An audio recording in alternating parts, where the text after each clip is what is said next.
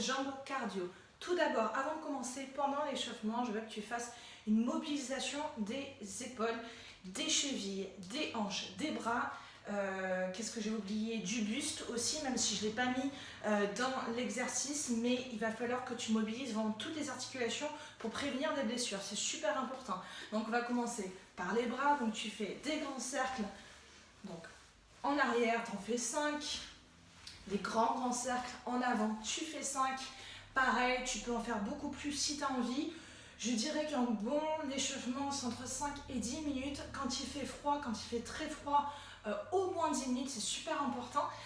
Pour les épaules, pareil, donc soit tu mets tes mains ici, tu fais des petits cercles avec tes coudes, soit tu enlèves tes mains tout simplement, tu fais des cercles arrière, grands cercles, voilà, tu bouges tes omoplates. Pareil, les hanches, donc tu pousses le bassin vers l'arrière et tu vas surtout ne pas hésiter à faire des grands cercles. Pareil, les chevilles, donc une dizaine de fois, chaque côté, chaque cheville. Mobilisation des articulations des poignets, super important également. Voilà. Alors, on va commencer avec les kicks avant. Alors, les kicks avant, c'est la marche de la momie, on l'appelle aussi comme ça, c'est un peu bizarre, mais il y a des connotations un peu bizarres dans le fitness des fois.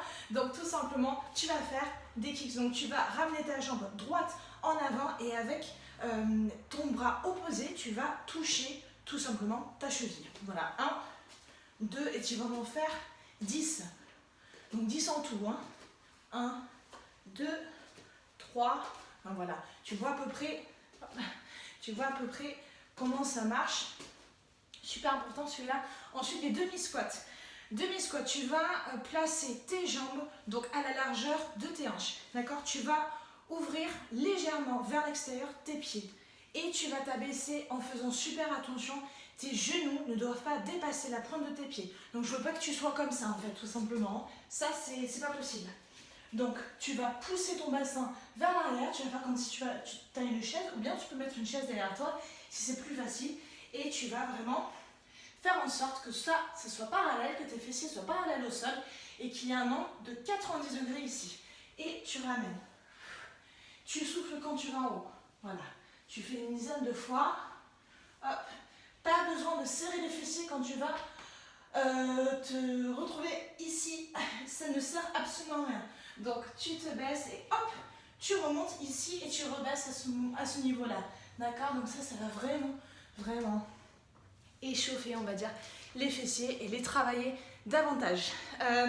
Ça va faire moins mal aux genoux aussi, le fait de pas... quand tu te lèves et tu serres les fessiers, ça ne sert à rien, ça fait mal aux genoux. Donc on va oublier. Pour les talons fesses, hop. Donc, option sans impact. Donc tu vas ramener, donc tu vas faire un step de gauche à droite et tu vas ramener chaque pied. Tu vas essayer de toucher, bien sûr, tes fessiers avec tes talons. Hop.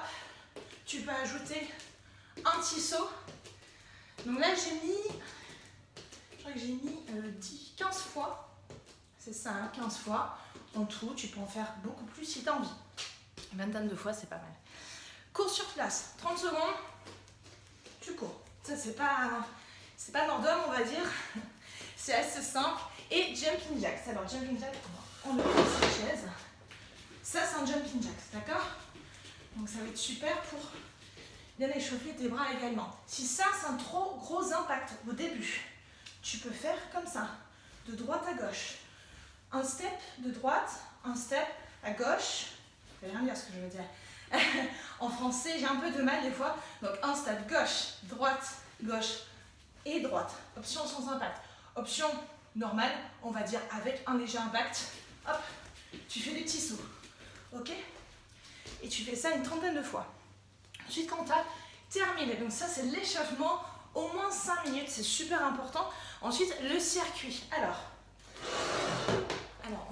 hop, il y a un exercice avec la chaise. Donc le circuit, le premier exercice, c'est squat sumo. Squat sumo, c'est un peu comme les squats, sauf que déjà, tu ne vas pas t'arrêter simplement à 90 degrés, tu vas aller un peu plus bas. D'accord? Aussi, pour le squat sumo, les jambes sont placées plus larges que tes hanches. Donc, c'est pas ça un squat sumo, c'est ça. D'accord? Les pieds bien tournés vers l'extérieur. Et donc ça, un sumo squat aussi, c'est pas mal. Quand on a des genoux fragiles qui peuvent faire mal quand on fait des exercices, ça va vraiment limiter les impacts en fait sur les genoux, tout simplement. Donc tu vas t'abaisser, hop, garder le buste bien droit, le dos en alignement avec la nuque. Pareil, fais attention, les genoux ne dépassent pas la pointe des pieds et tu vas revenir, d'accord? Pareil, ne serre pas tes fessiers quand tu reviens en haut. Donc ça, c'est un bon sumo squat, ça. Donc tu descends le plus bas possible. Le deuxième, donc tu fais chaque exercice dos à dos, d'accord? Aucune pause. À la fin du tour, quand tu as fini la liste d'exercices, tu te reposes pendant 1 minute 30, d'accord? Je crois que j'avais mis ça. Hop. 1 minute 30 à la fin du tour.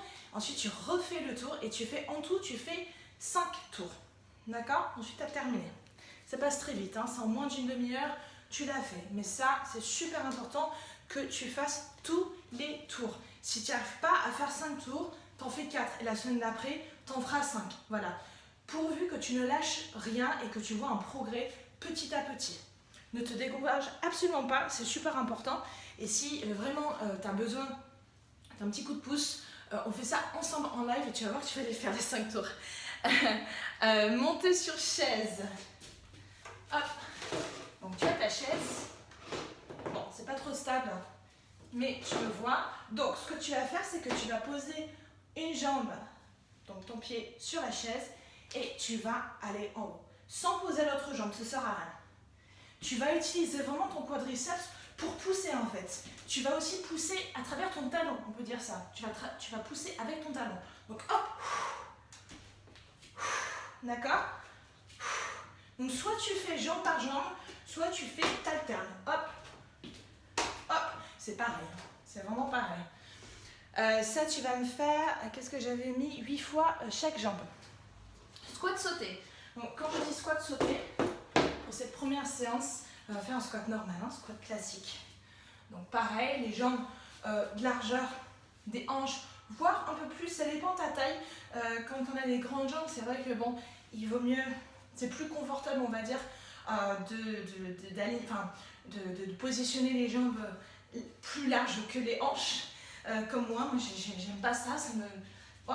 Donc on va élargir un tout petit peu plus. Et pareil, hop, tu vas sauter. Donc en squat normal, tu pousses ton bassin vers l'arrière, tu gardes toujours ton buste bien droit, tu regardes en face de toi et tu sautes.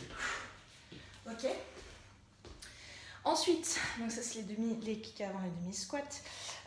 Squat sauté, planche Superman. Ok, donc pour celui-là, ce que tu vas faire, c'est que tu vas te positionner sur le tapis, sur ton ventre. J'espère que c'est bien cadré. Tu vas me voir. Hop. Donc tu regardes là, sur le tapis. Je ne veux pas que tu regardes en face de toi. Donc bien la nuque alignée avec ta colonne vertébrale toujours. Et tu vas tout simplement monter comme ça. Hop, quelques centimètres en haut du tapis. Tu vas serrer tes fessiers. Tu vas lever tes jambes. Lever tes épaules. Lever ton buste. Et tu reviens. Et tu souffles quand tu vas en haut. Super exercice de gainage celui-là. Donc ça c'est le Superman, pardon. Marche de l'ours. Marche de l'ours. Alors tu vas te positionner à 4 pattes comme ça. Tu vas planter donc tes orteils sur le tapis. Tu vas lever tes jambes. Et ce que tu vas faire, c'est que tu vas faire donc un pas en avant, on va dire, et en même temps que quand tu fais un pas avec ton bras, tu vas faire aussi un pas avec ta jambe, d'accord? Donc c'est un exercice de coordination et de gainage bien sûr. Donc 1, 2, 3, 4, hop. Ok? Donc les genoux toujours surélevés, ils ne touchent pas le sol, c'est super important. Ok, donc ça tu me fais ça pendant 30 secondes. Donc tu comptes dans ta tête, ou bien tu mets un timer si tu veux. Ensuite, les demi-burpees et sauts. Alors, je te rassure. Un demi-burpee, c'est ça. Donc pareil, les jambes, tu vas les positionner au niveau de tes hanches, à peu près, ou un peu plus large, on va dire. Les pieds bien tournés aussi à l'extérieur, c'est plus confortable, tu vas voir. Tu vas passer tes mains au sol. Position planche. Fais attention. Je vais te montrer sur le côté. les mains sont bien positionnées sous les épaules. Toujours, sinon tu vas avoir mal aux épaules. Donc hop, tu es comme ça au début. Les mains à plat, hop, position de planche. Et tu reviens et tu sautes. Ok, donc ça c'est un demi-burpee. Main à plat, je recommence.